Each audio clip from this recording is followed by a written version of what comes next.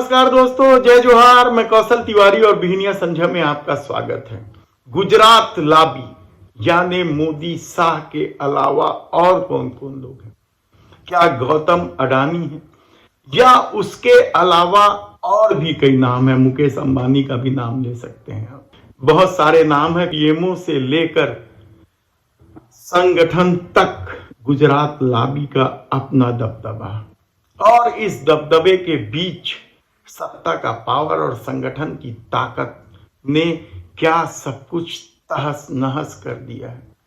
यह सवाल इसलिए उठ रहा है क्योंकि तीनों राज्यों में जैसे ही सत्ता बदली, एक बार फिर मोदी शाह की धमक और ठसक और उनके मित्र प्रेम दिखाई दे रहे। लेकिन उससे पहले हम बात कर लें उनके एक और मित्र प्रेम यानी बृजभूषण शरण सिंह।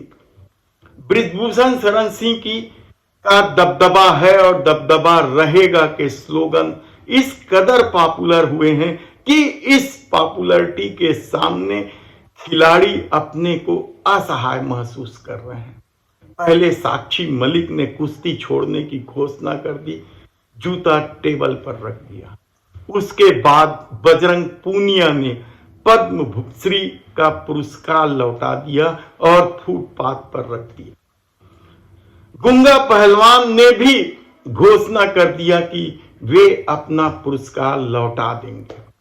अब इसके बाद विनेश फोगाट ने खेल रत्न मेजर ध्यानचंद हॉकी के जादूगर के नाम से यह पुरस्कार दिया जाता है, खेल रत्न, और अर्जुन अवार्ड लौटाने की घोषणा करते हुए प्रधानमंत्री को 2 पन्ने का पत्र लिख दिया है। यह 2 पन्ने का पत्र बेहद ही मार्मिक है। शायद आप भी पढ़ें तो आपकी भी आंखें डबडबा जाए कि जिन पदकों को लेकर जीवन भर खिलाड़ी मोह में डूबे रहते हैं, बेहद ही प्यार करते हैं, उन पदक को लौटाते हुए विनेश फोगाट ने जो पत्र लिखा है वह किसी को भी हिला देने वाला है। लेकिन देश के प्रधानमंत्री नरेंद्र मोदी को शायद इससे कोई फर्क इसलिए नहीं पड़ता क्योंकि उन्हें उत्तर प्रदेश में आधा दर्जन से अधिक लोकसभा सीट दिखाई दे रहा है जो बृजभूषण शरण सिंह के आसरे जीती जा सकती है। ऐसे में क्या कुछ होगा, किस तरीके से और खिलाड़ी सामने आएंगे, सरकार का रवैया क्या होगा और मोदी की छवि किस कदर बन रही है, ये आज अखबारों के प्रथम पृष्ठ के बैनर से देखा जा सकता है। पीएम मोदी दुनिया के पहले नेता जिनके 2 करोड़ यूट्यूबर सब्सक्राइबर हैं।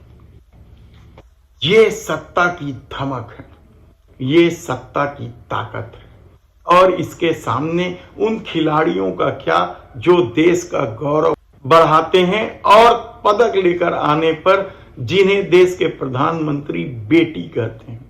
विनेश फोगाट ने तो यही सब कहा है अपने पत्र में, लेकिन उनका क्या मायने, क्योंकि मित्र प्रेम और सत्ता में बने रहने का खेल इस दौर में सिर चढ़कर बोल रहा है। और शायद यही वजह है कि महाराष्ट्र में भी अडानी को लेकर विवाद शुरू हो गया। धरावी इस देश की सबसे बड़ी बस्ती, झुग्गी बस्तियों का क्षेत्र है धरावी, जिसे टेंडर में हासिल कर लिए हैं और उसे लेकर शिवसेना बेहद ही आक्रामक ढंग से रैली निकाल रही है, प्रदर्शन कर रही है।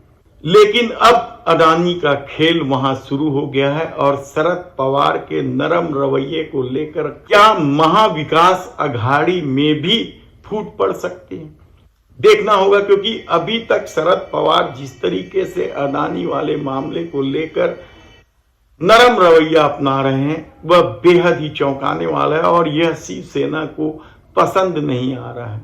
तो क्या उद्धव ठाकरे और शरद पवार के बीच दूरी बढ़ जाएगी?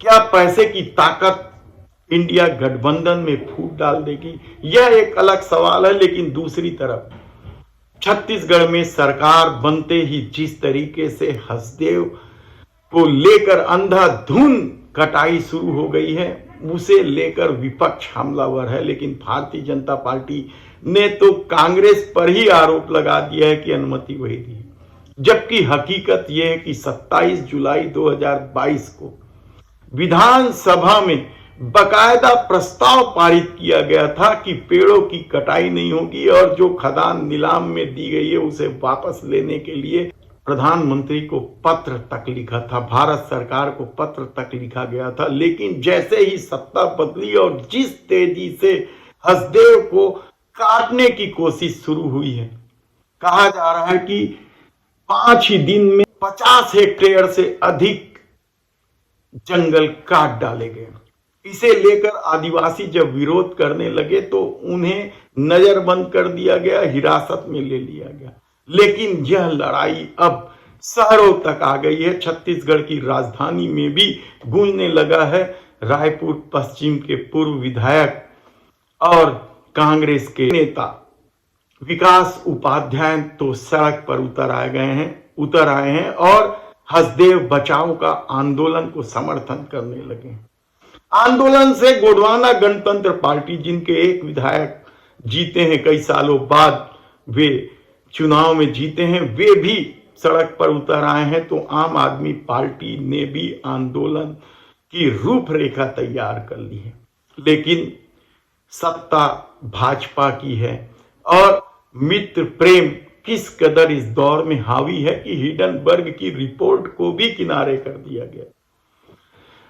फर्जी कंपनियों या सेल कंपनियों के माध्यम से लेन देन का भी कहीं कोई पता नहीं है, जांच नहीं है। चीनी नागरिकों से संबंध को लेकर भी बेहद ही विवाद है, लेकिन इन सब बातों का इसलिए कोई मतलब नहीं है क्योंकि मित्र प्रेम इस दौर में सबसे ज्यादा हावी है। ऐसे में हसदेव बचाओ आंदोलन का क्या होगा, क्योंकि पेड़ तो लगातार काटे जा रहे हैं और इसके चलते पर्यावरण की जो अनदेखी की जा रही है। और कहा तो यहां तक जा रहा है कि यही स्थिति रही तो हाथी बस्तियों तक आ जाएंगे और आने भी लगे हैं।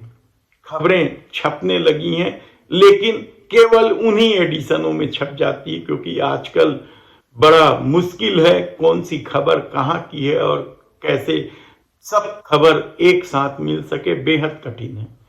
तब ऐसी परिस्थिति में आने वाले दिनों में जब मित्र प्रेम चरम पर पहुंच चुका है तो क्या कुछ और दिया जाएगा कहना मुश्किल है। हालांकि नगरनार को लेकर देश के प्रधानमंत्री नरेंद्र मोदी ने स्वयं घोषणा की है कि उसे बेचा नहीं जाएगा, लेकिन ऑर्डर तो निकल गया था, बेचने की कोशिश तो होने लगी थी सरकारी लेवल पर। देखना है कि उस पर रोक लगेगी या वह भी अदानी के टेंडर की बोली के साथ चला जाएगा, कहना कठिन है। लेकिन हसदेव को लेकर अब आंदोलन तेज होने लगा है। बिलासपुर, रायपुर, छत्तीसगढ़ की राजधानी में भी आंदोलन की शुरुआत हो गई है और आदिवासियों के समर्थन में, हसदेव के समर्थन में लोग लामबंद होने लगे हैं। ऐसी परिस्थिति में जब एक तरफ अंधाधुंध पेड़ की कटाई हो रही है और दूसरे तरफ विरोध के स्वर तेज होने लगे हैं, तब क्या कुछ होगा कोल ब्लॉक को लेकर यह कहना बेहद कठिन है। हम आपको विस्तार से और बताएंगे कि हसदेव में क्या कुछ हो रहा है। धन्यवाद।